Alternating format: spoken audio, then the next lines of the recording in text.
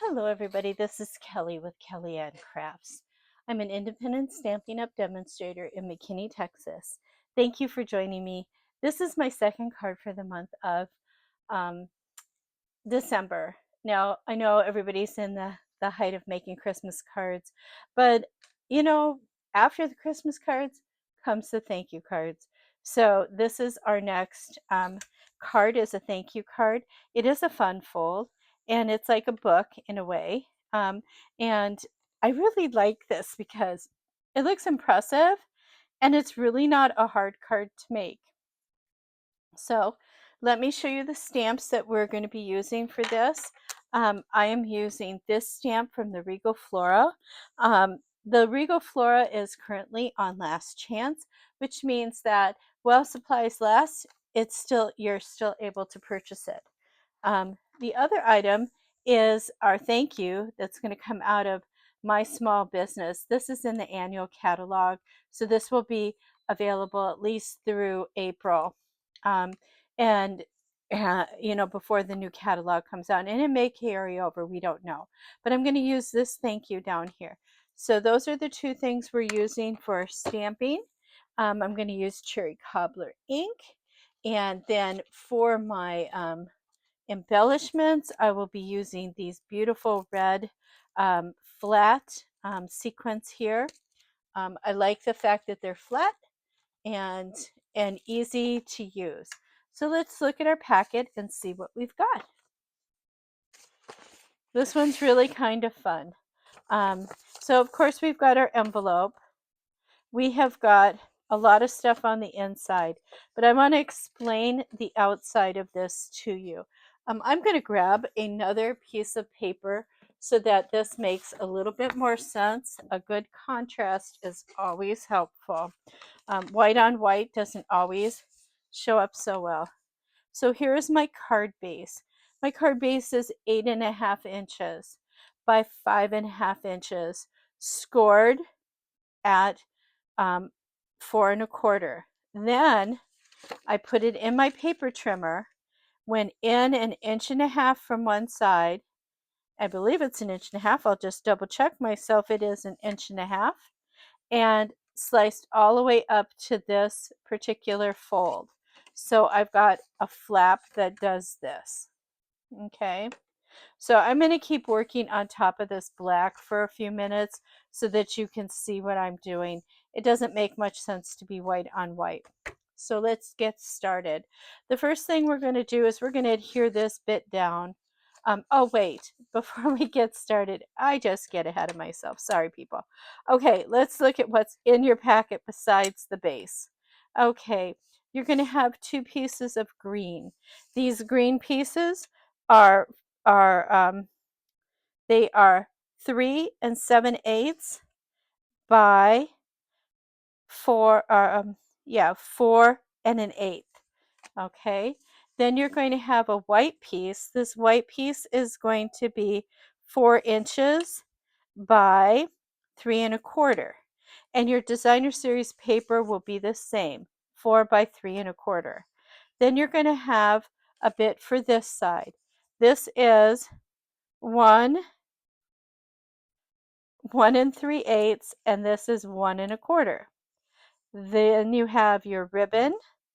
You have your lovely matte layer for your sentiment, and this is 1.25 inches, or excuse me, 1.125 inches by 2 5/8. So this makes this 1 inch by 2.5.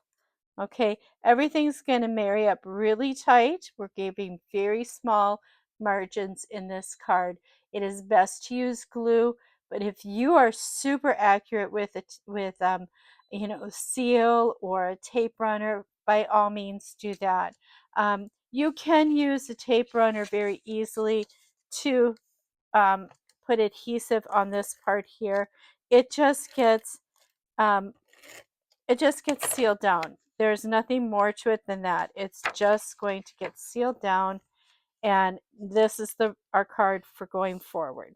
Okay, so on the front here, we're going to take our, I call it green glue, but other people are going to call it all-purpose glue, Tombow glue, and I use glue for a reason. I want to be able to slide this around, and glue gives me that opportunity to make it look as even as I can. When I feel like I've got it where I want, I'm going to hold it really tight and I'm going to go and press on it. The other thing I tend to do is I flip it over and I take a bone folder and I go across the back. What that does is it flattens out any bubbles of glue in there. Okay. Now this piece, you could definitely use a tape runner or seal like I'm doing here, doing that Barnyard Z. And this is just going to go in here. Again, it is literally just a 16th of an inch, and that's all you have for a border. It's pretty small. Okay, so that's that. That's our first piece. That was not too hard. Now the rest of them, we just are going to marry them up size by size. Again, we're going to glue. And I'm going to glue the DSP onto here, the white onto here. And I usually stamp after, so it'll be okay because we're just doing one little stamp of a flower here. So let me do this for you. Again, I'm not going too nuts with the glue. I'm just going fairly quick. You want to hold it from one corner to the other, and then you can slide it around till it looks even. Just tap it. That looks a little bit off. Let me slide that down a little bit there. Now, how are we doing here? Still looks like it's a little bit big on one side. I can never get them perfect, so if you can't, that's okay. Okay, and when I think I've got it where I want it, you still have a little bit of time with the glue. If it shifts on you, you've got a little bit of time. So again, I think that's pretty good. I take my bone folder and I just flatten that glue out as best I can. It keeps it from getting ripply, and that's what can happen sometimes with glue. So let's go ahead and do our designer series paper the same way. I just want to make sure I've got it oriented the correct way here. And I think you've noticed that one side of the paper was flowered and one side of the paper is flowered also, but it's mostly red. This is the Regal Winter paper. This is also currently in Last Chance, but it's beautiful. It has beautiful colors. I absolutely love it. I went through like 4 packs of it, so I think I really liked it a lot. But it's a beautiful paper. It's got beautiful things for either side. So let's see here. This is going to fit on here like this. And see, it doesn't matter that the flowers aren't perfectly straight. You know, flowers look good no matter which way you do them. So, I mean, it could have been like this, could have been like this, it could have been like this, but mine are going to be like this. So this is where I'm going to use glue again because I want that front to be really lined up as best as I can do it. And the way I know how to do that is to have it with glue. So I'm going to, that's looking pretty awesome. Liking that. Again, we're gonna go with that bone folder. I'm pressing pretty hard because I want that glue to adhere, and I can take it onto the other side, press from this side too. I'm giving it a pretty firm push. Okay, so that's my front piece. And let's put, before we put this one in, I am going to stamp it now. I put it on the green, but I'm going to stamp it before I put it in there. And all we're doing is putting this little flower on there. So we're going to start with that little flower. And I put the same flower on the on my envelope. Okay, that's it. That's it. That was the whole thing. And as long as I've got ink on this flower, I'm going to just put it on here. It is what we call a distinctive stamp, so it's supposed to look textured. So if you get it and it's texturing on you, that's what it's supposed to do. You're not doing anything wrong with your stamp. So I did both the envelope and the inside. I'm going to shut this until I do the, well, I could do this. Let's not be silly. I'll shut it after I stamp my thank you. Now I have this thing with red dye. Red dye in me likes to stay wet. Don't ask me why, but it does. Okay, got to commit because I was practically on the paper when I set it down. So there we go. So I'm going to let that dry for a minute. Put this over here. Now I'm going to close this red because I don't know about you guys. See, I'm wearing one color from the last video. So don't want to wear all my colors all the time. So here we go. We're going to put glue on here. And I moved pretty fast with my glue. It looks like a lot, but it's not. It's pretty thin. And then this is just going to set on the inside here. And I just try to make it look straight with what's currently there on the other side. Remember that flap's going to come down like this, so you're not going to see that one. It's a few layers, but I think it's really a cool result. Oh, I am doing the right one. I'm like, am I doing the right half? I am. Okay, so that's that. So let's see how we're doing here with this. I hate to say it, but the red ink just does not like to always dry for me. So, well, that was fun. I just threw a box of candy at myself. That's always good. I'm just going to put it on here.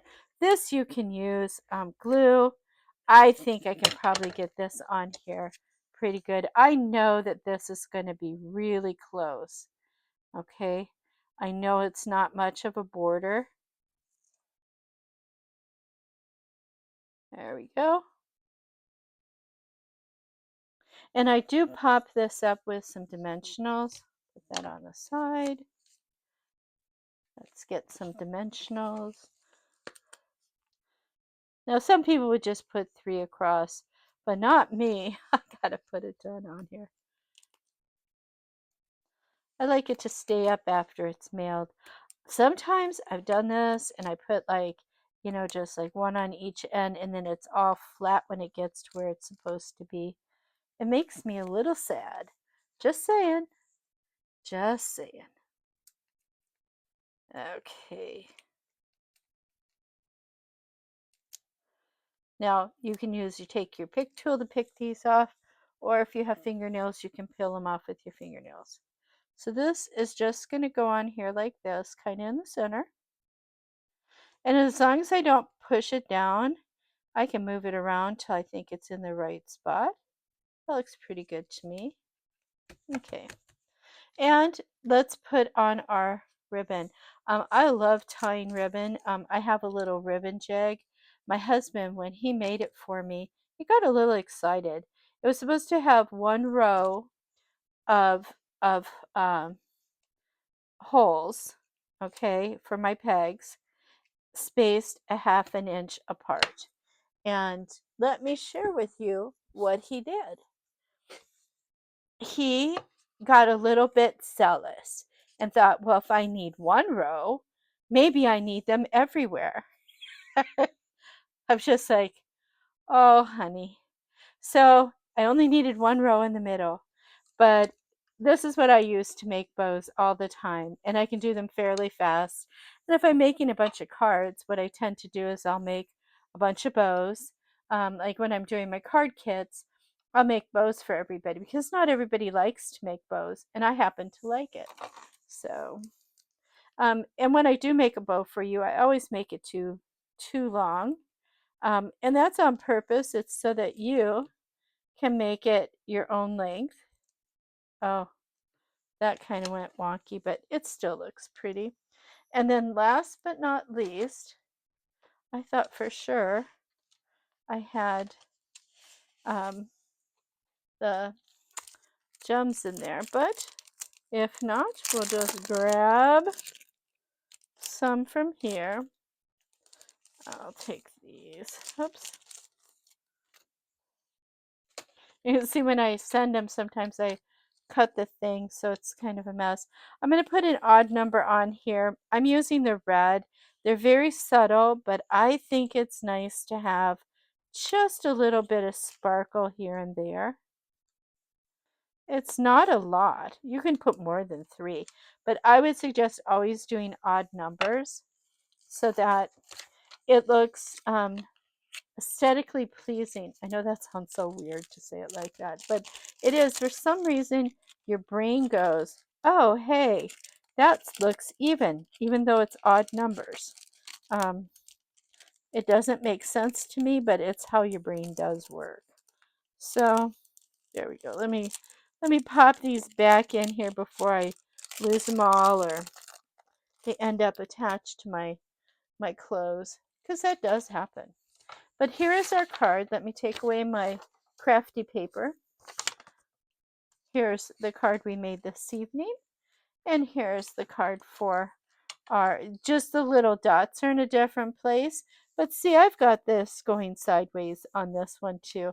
It really isn't that noticeable, but I just love the green bow and everything. A nice little area to say thank you, and if you have to say more, you've got a little bit of space on top. Thank you again for joining me for card number 2.